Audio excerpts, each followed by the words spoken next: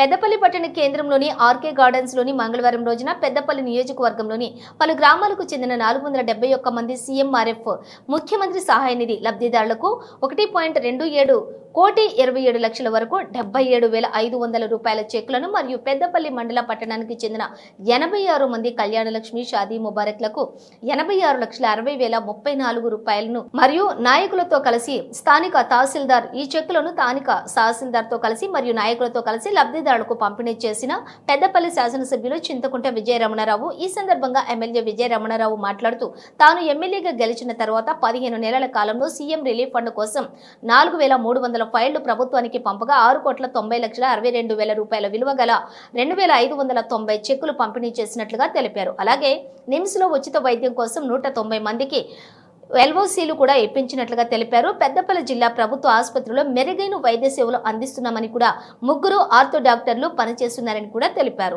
గత పాలకుల హయాంలోని ఒక్క నెలలో 300 నుండి 400 వరకు ఉన్న ప్రభుత్వ ఆసుపత్రి ఓపీ 650 నుండి 800 వరకు, 60 నుండి 70 వరకు ఉన్నటువంటి డెలివరీలు 200 వరకు పెరిగాయని అన్నారు.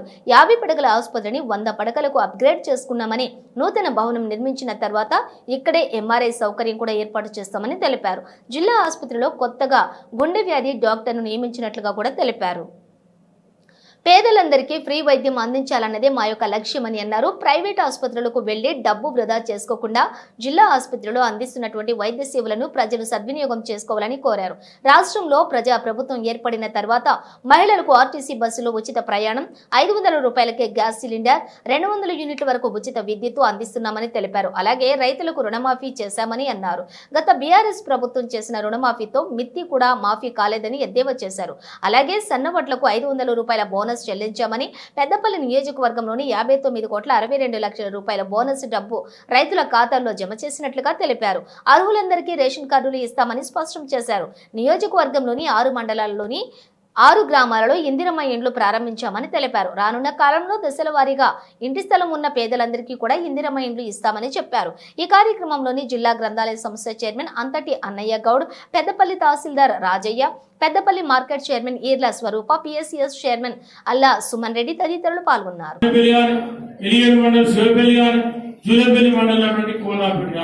ఈ 6 గ్రామాలలో నిన్నటి వరకు ముగ్గురు వచ్చాం.